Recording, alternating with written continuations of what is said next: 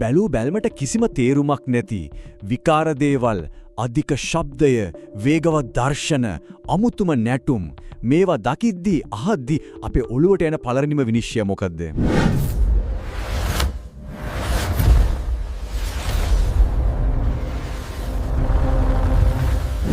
සමහර විට ඒක කේන්තියක් වෙන්න පුළුවන්.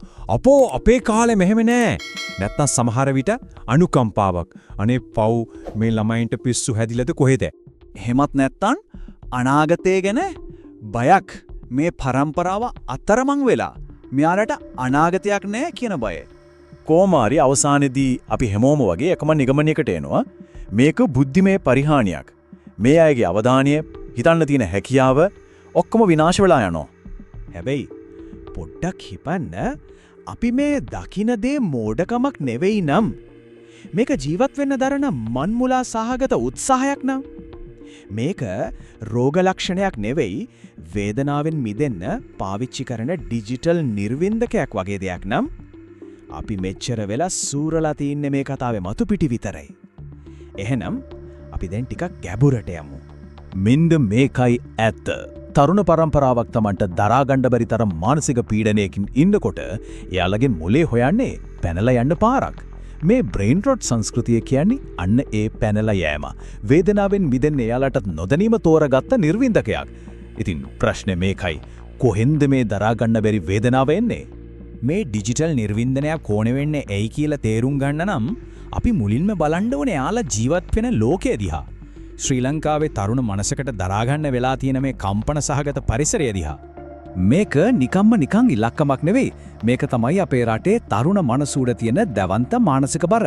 හිතන්න, තමන්ගේ ගෙදර අය සල්ලි නැතුව දුක් විඳිනවා දකිද්දී, හදාගත්ත බලාපොරොත්තු එකින් එක කඩාගෙන වැටෙද්දී, එයාලගේ ස්නායු පද්ධතිය නිතරම ඉන්නේ ලොකු අනතුරක ඉන්නවා වගේ සීරුවෙන්. බලාපොරොත්තු සුන්වීම කියන්නේ මේ අදුරු කතාවේ එක පැත්තක් විතරයි. ඒ එක්කම කාන්සාව, තනිකම සහ මානසික අවපීඩනය කියන දේවල් හරියට ලুকু සෙවණැල්ලක් වගේ එයාලව වෙලාගෙන. එයාලගේ ඇතුලේ තියෙන ආරක්ෂිතම තැන, ඒ කියන්නේ එයාලගේ මානසික ශක්තිය සම්පූර්ණයෙන්ම වගේ බිඳ වැටෙනවා.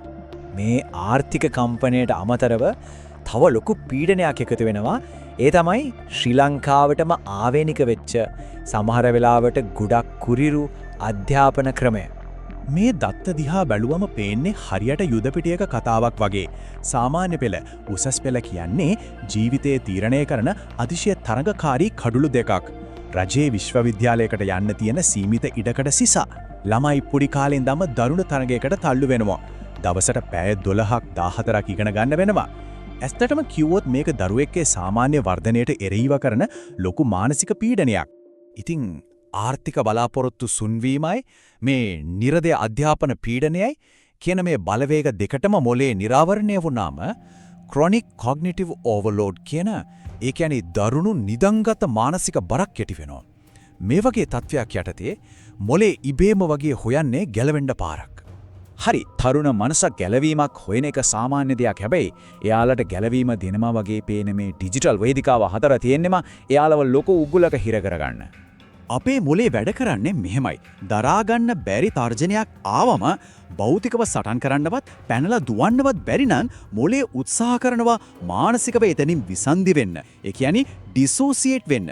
මේ කෙටි වීඩියෝ එක දිගට බලද්දි වෙන්නෙත් අන්න ඒ දෙයමයි. එයාලගේ මොලේ උත්සාහ කරනවා අධික ආතතියෙන් පොඩ්ඩකට හරි ගැලවෙන්න. දැන් තමයි අපි එන්නේ කතාවේ භයානකම කොටසට. මේ වේදිකාවල නිර්මාණය. අපි එක ස්වයිප් පාරක් ගහනවා කියන්නේ කැසිනෝ එකකේ ස්ලොට් මැෂින් එකක් අදිනවා වගේ වැඩක්. ඊළඟට මොකක් එයිද අපි දන්නේ නැහැ. අන්නේ අනපේක්ෂිත බව නිසා අපේ මොළය ඩොපමයින් කියන රසායනිකයෙන් පිරෙනවා. ඒක ක්ෂණික සතුටක්. ඒ වගේම ඊළඟ ස්වයිප් එක ගහන්න අපිට දෙන රසායනික අණක්. මේකේ තියෙන බරපතලම ප්‍රතිඵලය තමයි මොලේ පාලන පද්ධතියට වෙන හානිය. දැන් බලන්න, අපේ මොලේ සාමාන්‍යයෙන් වැඩ කරන්නේ ක්‍රියාකාරී පාලනය කියන විදිහට. ඒ කියන්නේ දිගු කාලීන ඉලක්ක වෙනුවෙන් අවධානය යොමු කරනවා. හැබැයි මේ ස්ක්‍රෝල් කරනකොට ඒක ප්‍රතික්‍රියාශීලී පාලනය කියන තත්ත්වයට මාරු වෙනවා. ඒ කියන්නේ ක්ෂණික දේවල් වලට ප්‍රතිචාර දක්වන එක විතරයි කරන්නේ. සරලවම කිව්වොත් ගැඹුරට හිතන හැකියාව අක්‍රිය වෙනවා. මේක නිකම්ම මාතරක් නෙවෙයි, මේක විද්‍යාව. MRI ස්කෑන් වලින් පැහැදිලිවම පේනවා අධිකව කෙටි වීඩියෝ බලනකොට සැලසුම් කරන, අවධානය පාලනය කරන මොලේ කොටස, ඒ කියන්නේ ප්‍රීෆ්‍රන්ටල් කෝටෙක්ස් එකේ ක්‍රියාකාරීත්වය අඩු වෙනවා කියලා.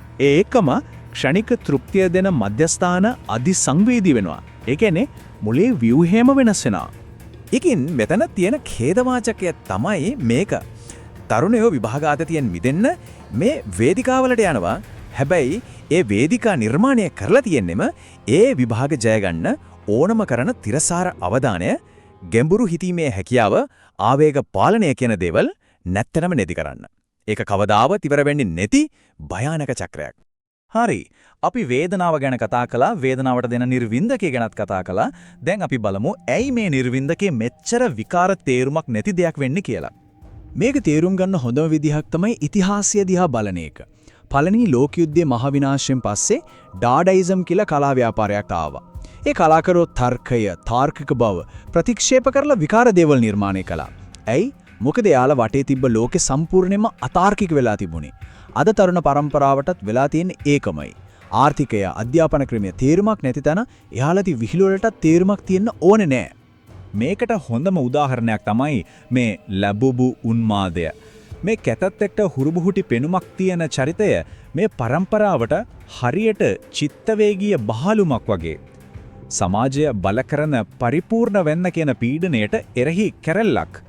ඒ වගේම අර බ්ලයින්ඩ් බොක්ස් එකක් ගන්නකොට ලැබෙන පොඩි අනපේක්ෂිත සතුට එයාලගේ ඒකාකාරී පීඩාකාරී ජීවිතයට පුංචි උද්දීපනයක් ගෙනවා. මෙතන තව ගැඹුරු කාරණයක් තියෙනවා. එයාලගේ ජීවිතේ හැම තත්පරයක්ම අධ්‍යාපනයට ඵලදායී දෙයකට යොදවන්න කියලා සමාජය බල කරද්දි කිසිම වටිනාකමක් නැති, තේරුමක් නැති දෙයක් එක්ක කාලය ගත කරන එක එයාලට නොදැනීම තමන්ගේ ස්වාධීනත්වය ආයෙත් ලබා ගන්න දරන උත්සාහයක්. අවසාන වශයෙන් අප තේරුම් ගන්න ඕන මේ විකාර භාෂාවයි අන්තර්ගතයයි ඇතරම පැවැත්මේ භාෂාවක්. Taman විඳින වේදනාව, කම්පනය වචනවලට පෙරලන්න බැරි තැන Taman වගේම හෙම්බත් වෙලා ඉන්න අනිත් අයත් එක්ක සම්බන්ධ වෙන්න මමත් ඉන්නේ ඔයා ඉන්න තැනමයි කියලා වචන නැතුව කියන්න පාවිච්චි කරන රාස්කේතයක්. ඉතින් අපේ අවසාන පණිවිඩ තමයි මේක. නිර්වින්දකය පාවිච්චි කරන දරුවාට බනින්න එපා.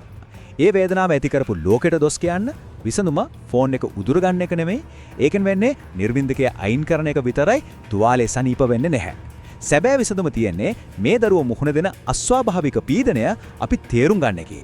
ඒ නිසා ඊළඟ වතාවේ කවුරු හරි තේරුමක් නැති දෙයක් දැකනකොට විනිශ්චය කරුමාට වඩා තේරුම් ගන්න උත්සාහ කරන්න. මොකද ඒ අඳුරේ ගමන් කරන පරම්පරාවක පැවැත්මේ භාෂාව වෙන්න පුරුවන්. අවසාන වශයෙන් මේ ප්‍රශ්නේ අපි අපේම අහලා බලමු. අපේ දවසේ කොච්චර වෙලාවක් අපේම පීඩනයන්ගෙන් ගැලවෙන්න මේ ඩිජිටල් නිර්වින්දකය පාවිච්චි කරනවා ඇද්ද?